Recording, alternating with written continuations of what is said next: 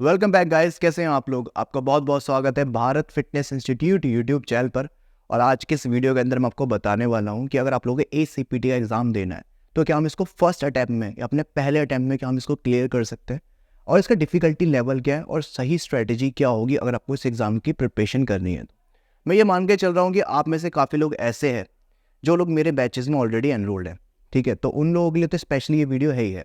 लेकिन जो लोग अभी यूट्यूब पर हैं या फिर उन लोगों ने अपने ACPT के एग्ज़ाम के लिए एनरोल कर दिया है, ठीक है, ये वीडियो उन लोगों के लिए बहुत ज़्यादा बेनिफिशियल होने वाली इन्फॉर्मेटिव वीडियो है, तो सभी को तो देखनी चाहिए जो भी लोग ACPT का एग्ज़ाम देना चाहते हैं या ए सर्टिफाइड पर्सनल ट्रेनर बनना चाहते हैं।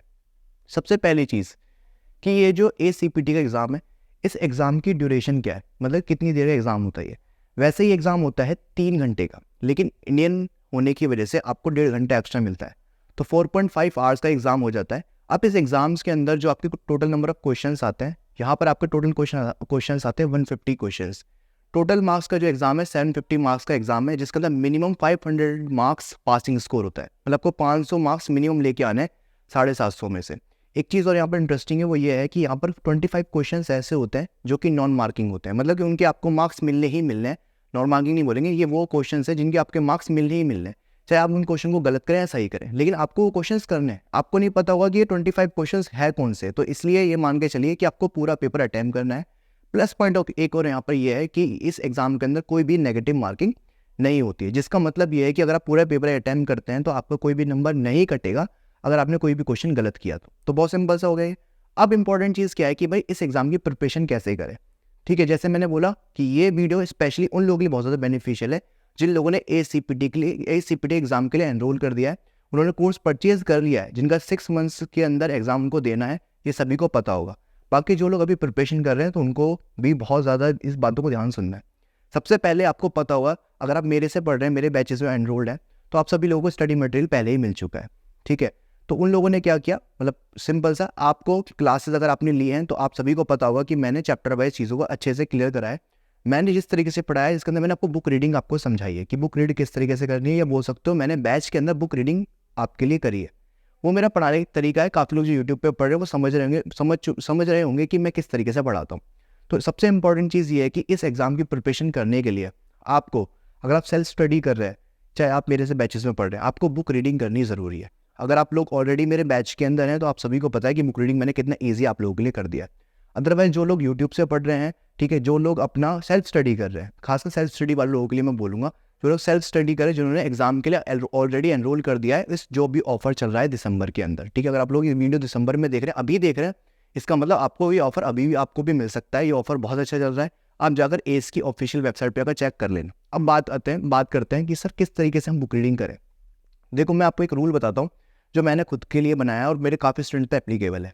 रूल ये है कि इस आपके पास जो ACPT की जो बुक है, जो आपके पास ओरिजिनल स्टडी मटेरियल है, एक स्टडी मटेरियल वो है जो हमने आपको प्रोवाइड कराया, जो हमारा है, जो आपको हमारी application Bharat fitness institute YouTube channel पे मिल जाएगा, जो कि बिल्कुल फ्री ऑफ कॉस्ट है।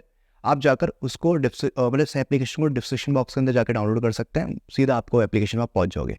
एक स्टडी बटन कौन सा, जो आपको एस की तरफ से आपको प्रोवाइड कराया है, जो आपको सिंपल आपको एस ने प्रोवाइड कराया है, या बोल सकते हो हमने भी प्रोवाइड कराया है, जो हमारे बैच के अंदर ऑलरेडी एनरोल्ड है।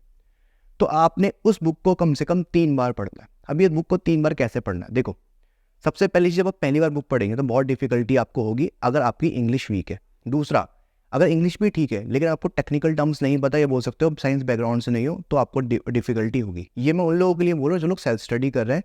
ठीक है, तो उन लोगों को शायद डिफिकल्टी आ सकती है, बाकी जो मेरे ऑलरेडी स्टूडेंट्स हैं उनको शायद नहीं आएगी, क्योंकि मैंने सारी टर्म्स को अच्छे से समझाया।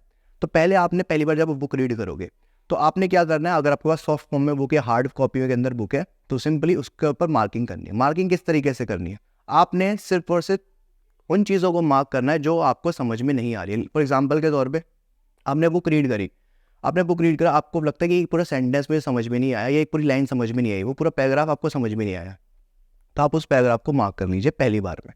ठीक है, या आपको ये लगता है कि यार ये कुछ इंपॉर्टेंट हो सकता है, उसको मैं मार्क कर लेता हूँ, आपने उसको मार्क कर लिया। ठीक है, तो आप पहली बार जब बुक को रीड करोगे तो आपको ये सारी डिफिकल्टीज आएंगी। अब आपको इस डिफिकल्टी के लिए जाहिर सी बात है सॉल्यूशन कैसा मिलेगा, जब आपको बुक रीड कर रहे होगे तो आपको कुछ टेक्निकल टर्म्स आपके लिए आके फंस रहे होंगे।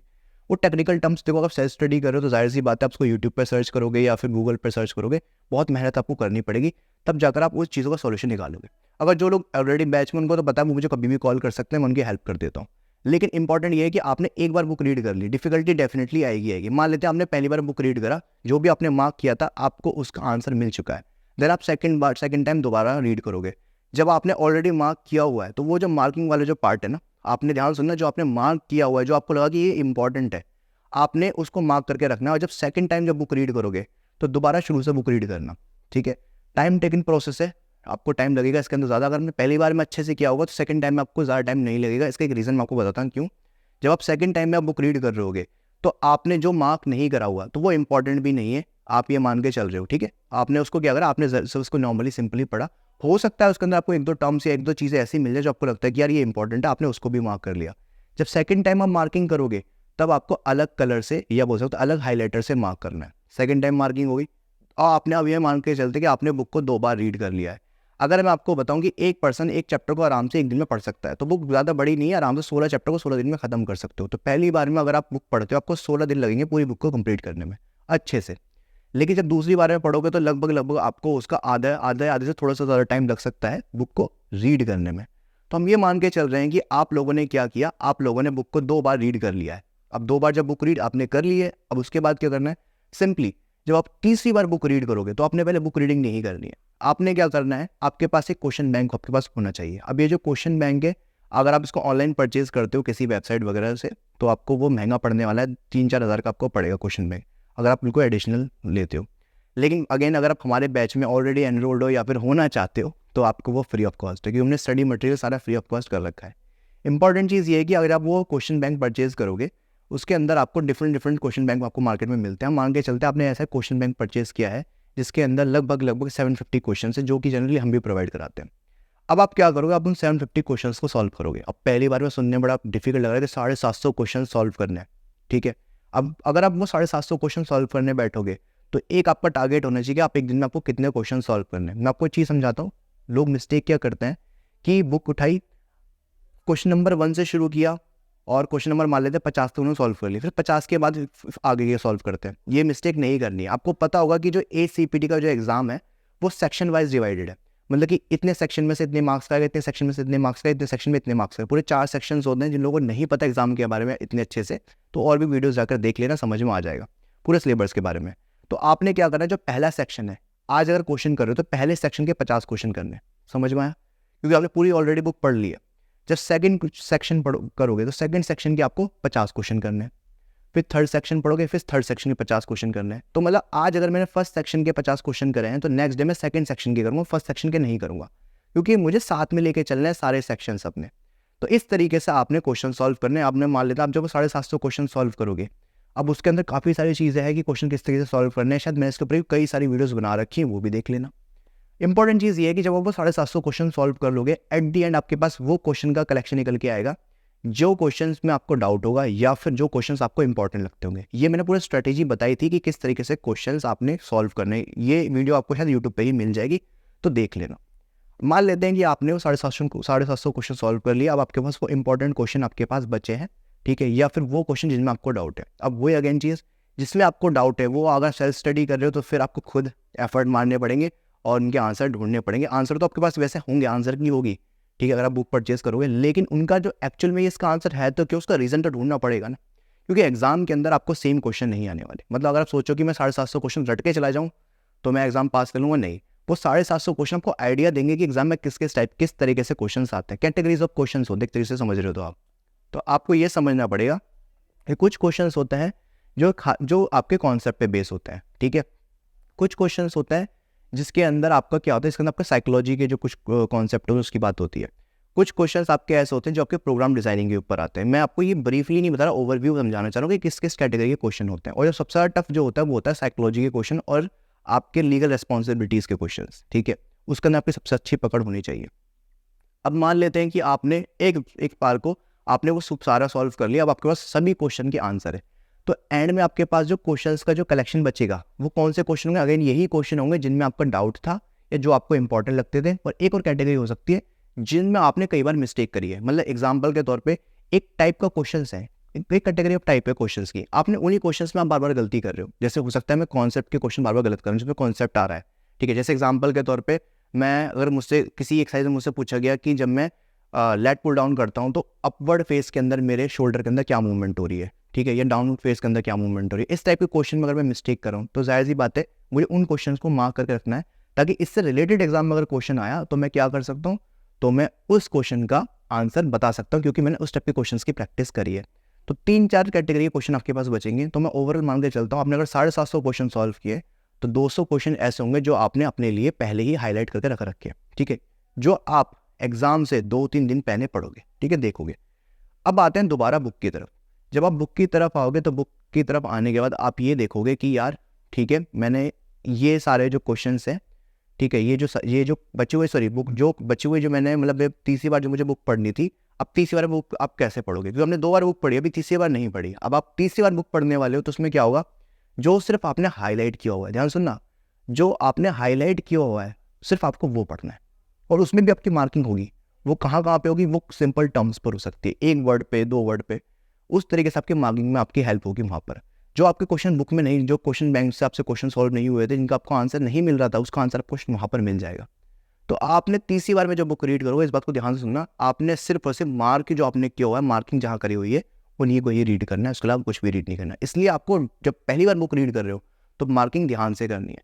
पहली बार के अंदर आप जाहिर सी बात है बहुत ज़्यादा मार्क करोगे, क्योंकि आपकी सारी चीज़ें नहीं होंगी, लेकिन दूसरी बार के अंदर आप उसी मार्किंग वाले में से छोटे छोटे पॉइंट निकालते चले जाओगे। इसी तरीके से प्रिपरेशन होती है।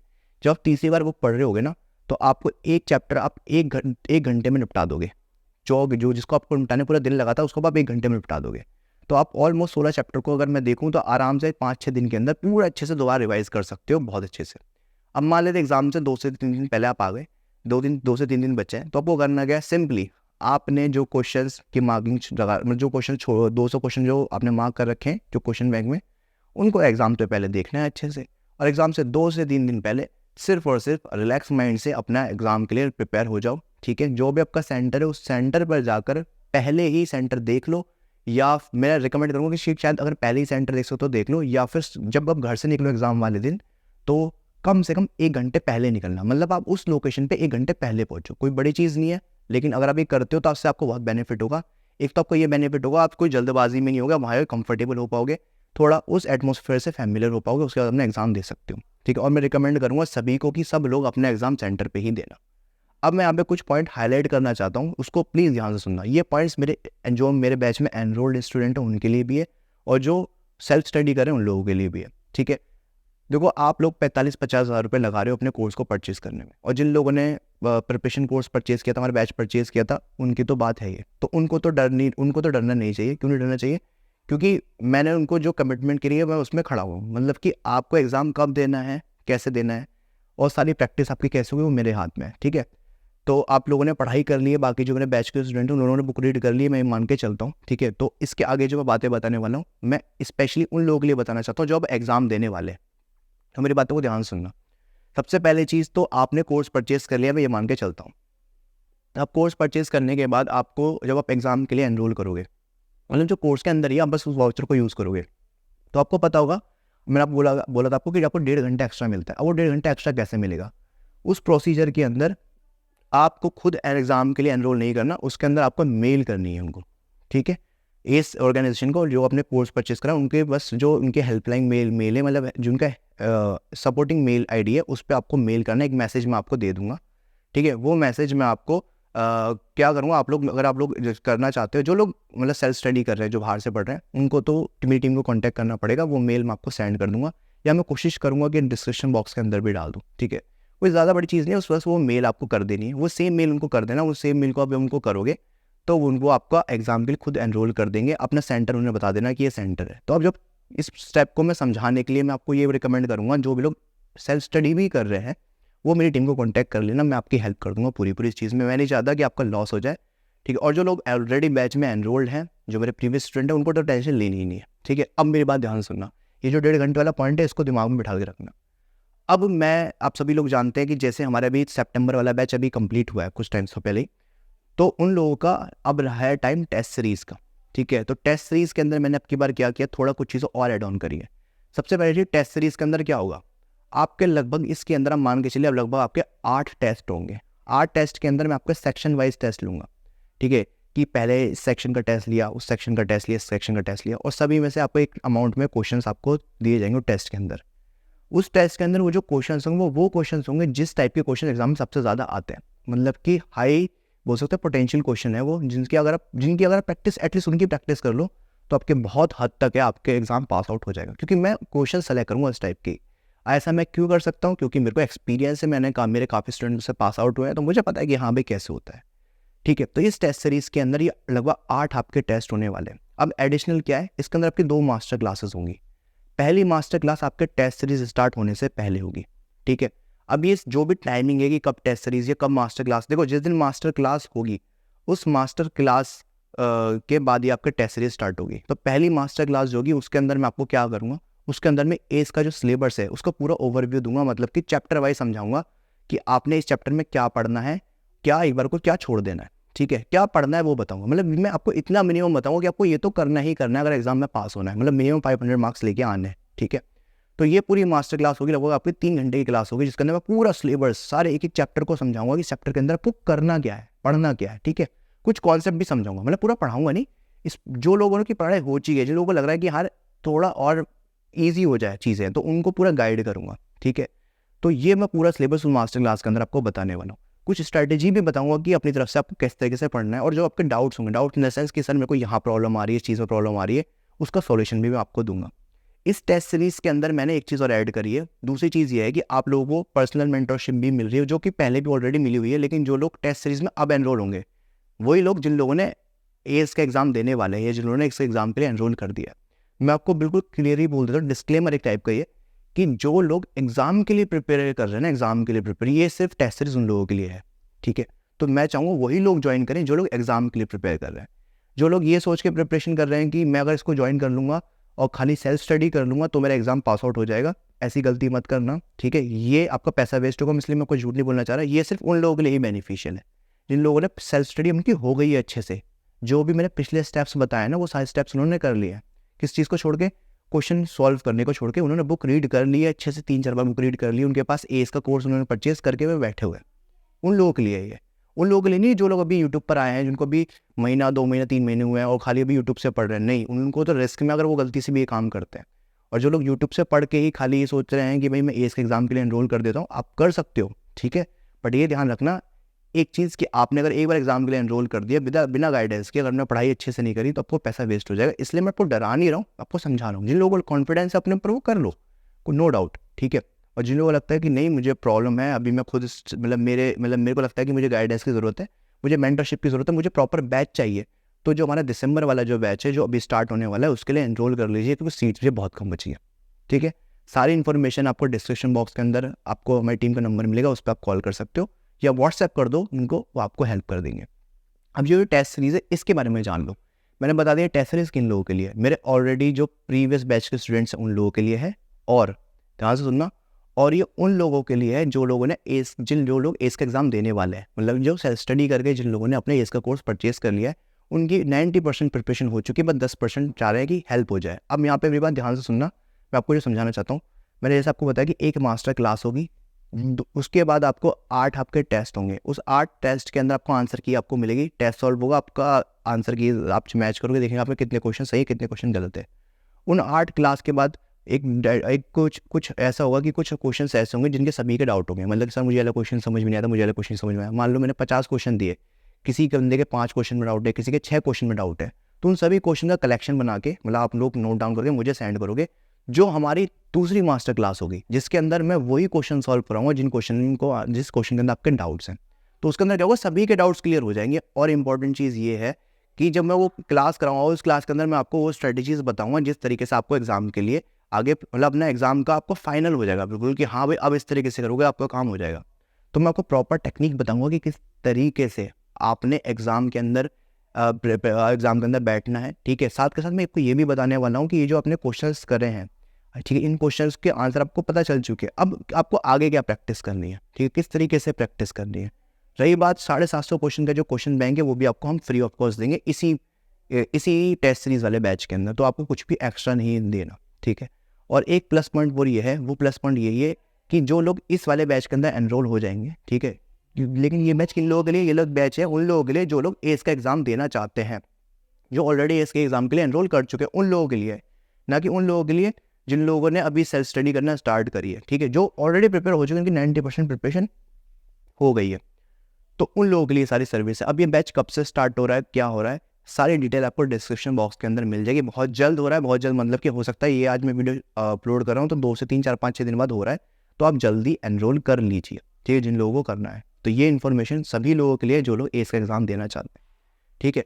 बाकी हम मिलेंगे इस बैच के अंदर, जिस बैच का नाम है ACPT टेस्ट सीरीज़, और ये जो भी फीचर्स आपको मिलने वाले हैं वो सारे एक्स्ट्रा फीचर जो भी होंगे, या बोल सकते हो एक्स्ट्रा सर्विस होगी, वो भी आपको डिस्क्रिप्शन बॉक्स का डिटेल में मिल जाएगी। तो डिस्क्रिप्शन बॉक्स पढ़ना मत भूलना, ठीक है।